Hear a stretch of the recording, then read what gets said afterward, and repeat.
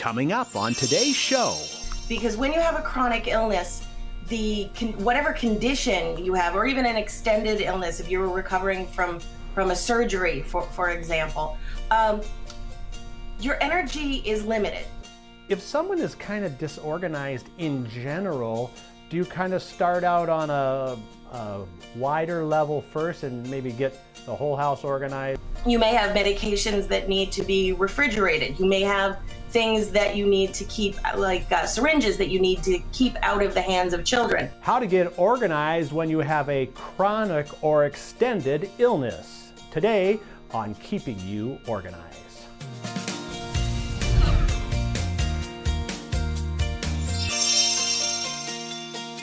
Well, hello and welcome to Keeping You Organized. You know, here in Minnesota, it's flu season. I think it's flu season everywhere. But, you know, when we get sick sometimes, you know, we can get over it in a week or two. But chronic or extended illnesses can bring more issues. So we're going to talk about how to get organized for that and bring on our friend Julie Bestry from juliebestry.com. Julie, welcome to Keeping You Organized. Glad to be here, John. Well, good. I'm glad you're glad to be here. I know it's probably the time of day when you'd rather be sleeping, but we won't get into that. But what I want to find out is kind of why are you interested in this topic of getting organized for a chronic or extended illness? Let's kind of put some framework around this. Well, 6 years ago, I was diagnosed with diabetes, and one of the things that I saw from the very beginning, literally from the first few days I was diagnosed, was how different the experience is from having an acute illness, something that happens out of nowhere and then you expect to be better in a week. I joined a support group organization where I talked with women, primarily women who had type 1 diabetes, which is something that people tend to be diagnosed with very young in life. And I saw how complicated it can be to oversee everything from the paperwork to all of the tangible resources, because it's not just a matter of like taking a pill and being done. And then just organizing everything from your thoughts to every procedure so that you can take care of your life. And I also have had clients who have had chronic illnesses, everything from MS to lupus, things that will be flaring, things that people will have good days and bad days. And so between my personal experience and my professional experiences, I've really become passionate about helping people cope and really thrive as best they can by using organization to make things easier. Well, why is it important for either you or someone in your household, if they're, have this extended illness or chronic illness? What are some of the things that organization is going to help with? Because, we talk about organization where, we can get filing and things like that done on a broader get organized basis. But in this specific idea of illness, how can that be helpful?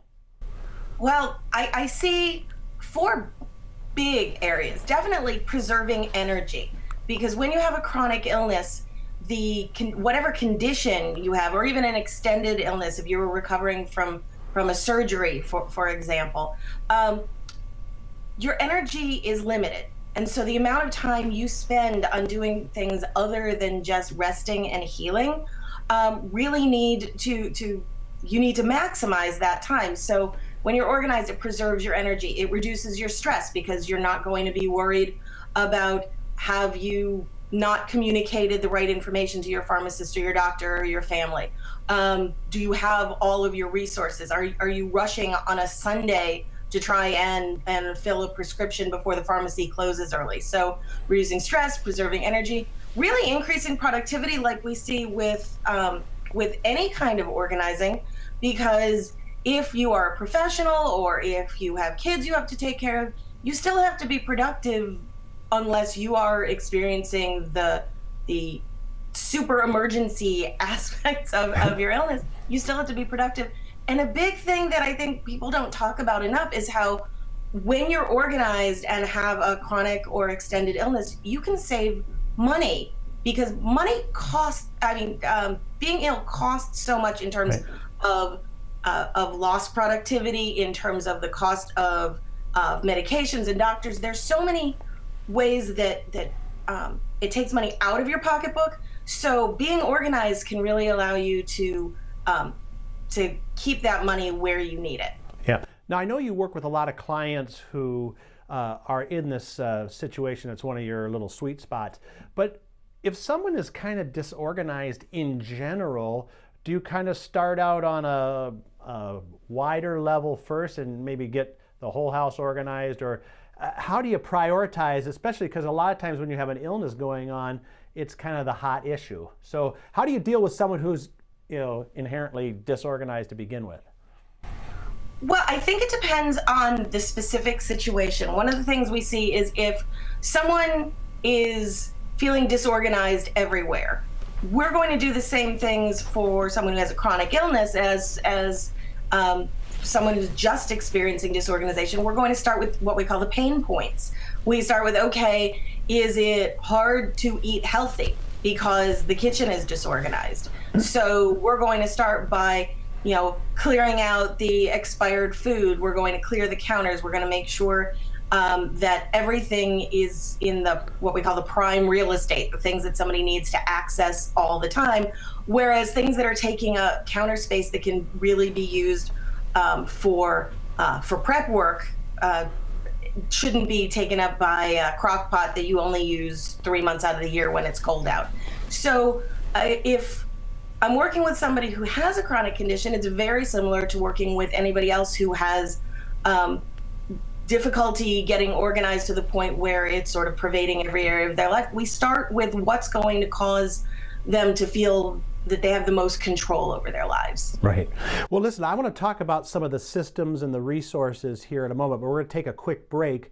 So we'll talk about that when we come back. We're with Julie Bestry from juliebestry.com, talking about how to get organized when you have a chronic or extended illness, and we'll be right back. Now, there's a place just for you. Life can be busy, and you still have to keep it all together. That's why you like to be organized and in control.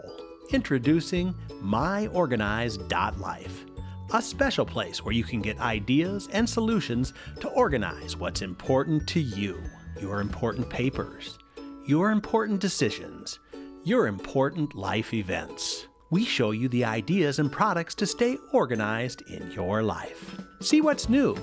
Stop by and say hello. Visit us at any time at www.myorganized.life. It's just for you. MyOrganized.life by Smead. Find us at www.myorganized.life.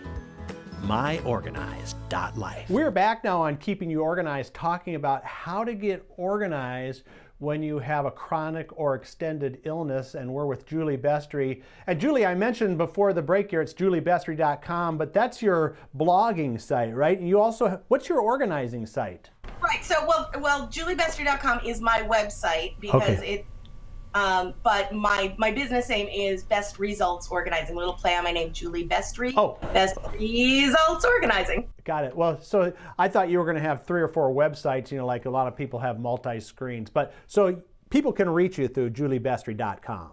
Absolutely. Organize at juliebestry.com if they want to email me, or there's a contact page on my site. Awesome. Okay, well, we're going to start a little broad here, talking about how to get people organized for an illness, but I know there's some basics we need to cover, things like systems. So where's kind of the first step to start?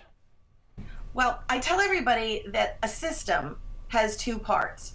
I sometimes call this the ice cream rule, that when you go to the grocery store and you come home, you know where everything has to go, but the first thing you put away is the ice cream, because if you don't, you're going to have a sticky, melty mess. Well, that sort of reminds people there's the physical part of the system, the ice cream lives in the freezer, but there's the behavioral part of the system that the ice cream has to be put away first. So what we're going to start with, I think, is the physical part of the system, the locations of how we make sure that things have some place to live, because that's very important. If we put things down instead of putting them away, then we're dependent on remembering, ooh, where did I put that down? Whereas if you have an assigned home for something, for everything, not only can you find it, but your spouse, your children, anybody, even your coworkers, can really locate something for you when you have an emergency need for it. So what are some of the characteristics of that physical system then? Well, certainly the system has to be something that that makes sense for whatever you're doing. I usually tell people, look by category. So, for example, with diabetes, for example, you're going to have meters, glucose meters, lancets. Those are the things where you poke a hole in your finger. Test strips. You're going to have all of those things together because they're similar. If you have a condition where you have you're on oxygen, you're going to have they're like these big oxygen machines, basically. But you also have canisters for when you are mobile. You're going to have the cannulas, the things that you use to wear the oxygen. Mm-hmm. You're going to think in terms of putting categories of things together. You can also be sorting by situation. You may have medications that need to be refrigerated. You may have things that you need to keep, like syringes that you need to keep out of the hands of children.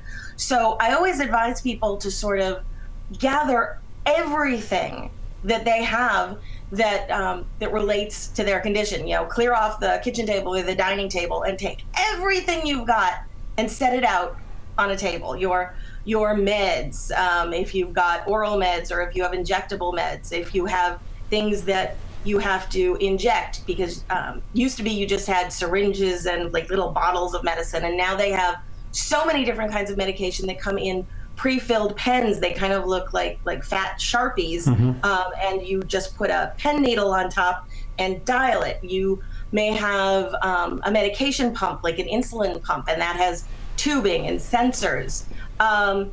You may need batteries. A lot of people don't think of medical situations in terms of that, but so many health conditions now, everything from if you do, you take your own blood pressure to any kind of testing you do, you're going to need batteries. You're going to need a Sharps container, whether you give yourself injections or whether you're testing your blood.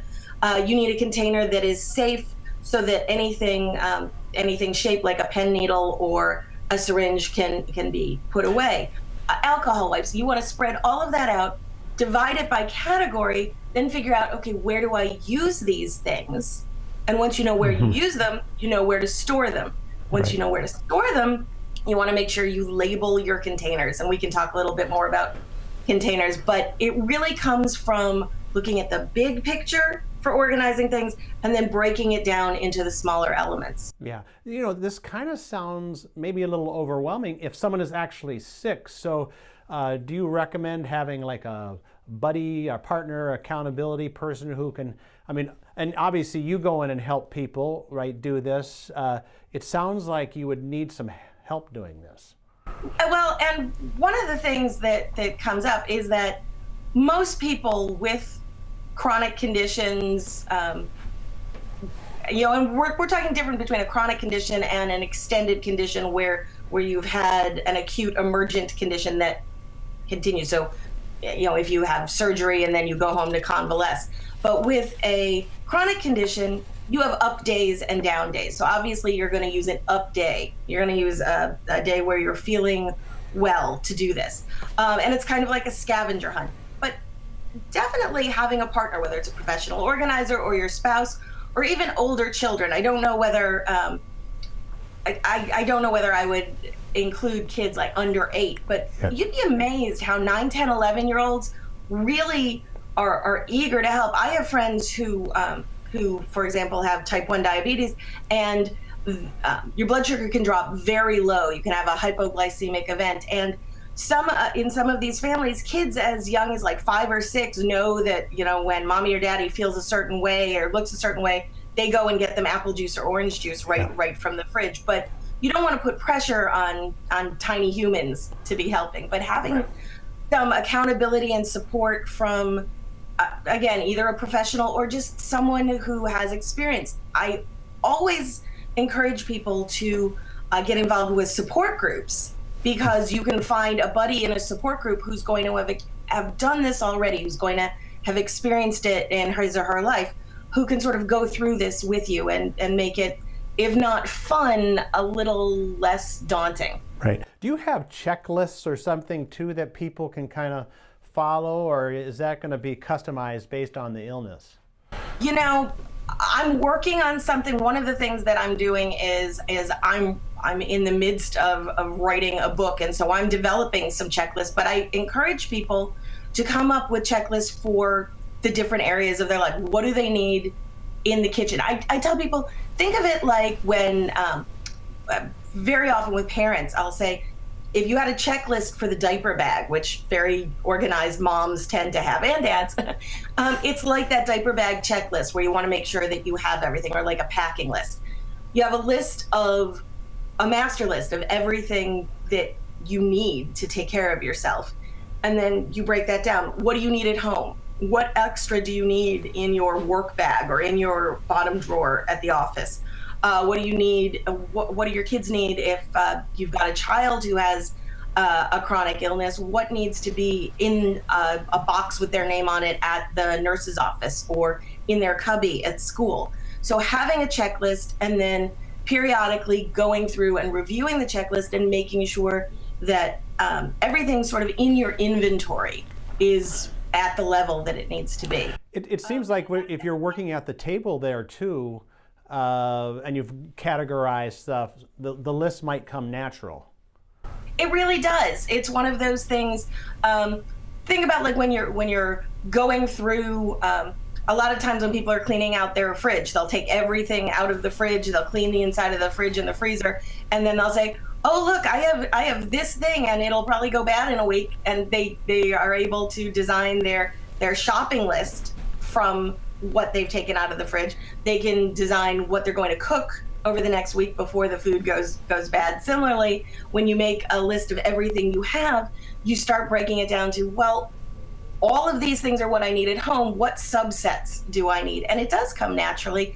Nobody can expect to know everything they're going to need to have in sort of their inventory when they start doing this. But Right. If you've had a condition for a long time, but maybe not been organized during that time, the knowledge of what you need comes naturally, even if the thinking about what goes in that inventory may have been a foreign concept. And then you go, oh, look, I know this stuff. This is my life. This isn't something foreign to me.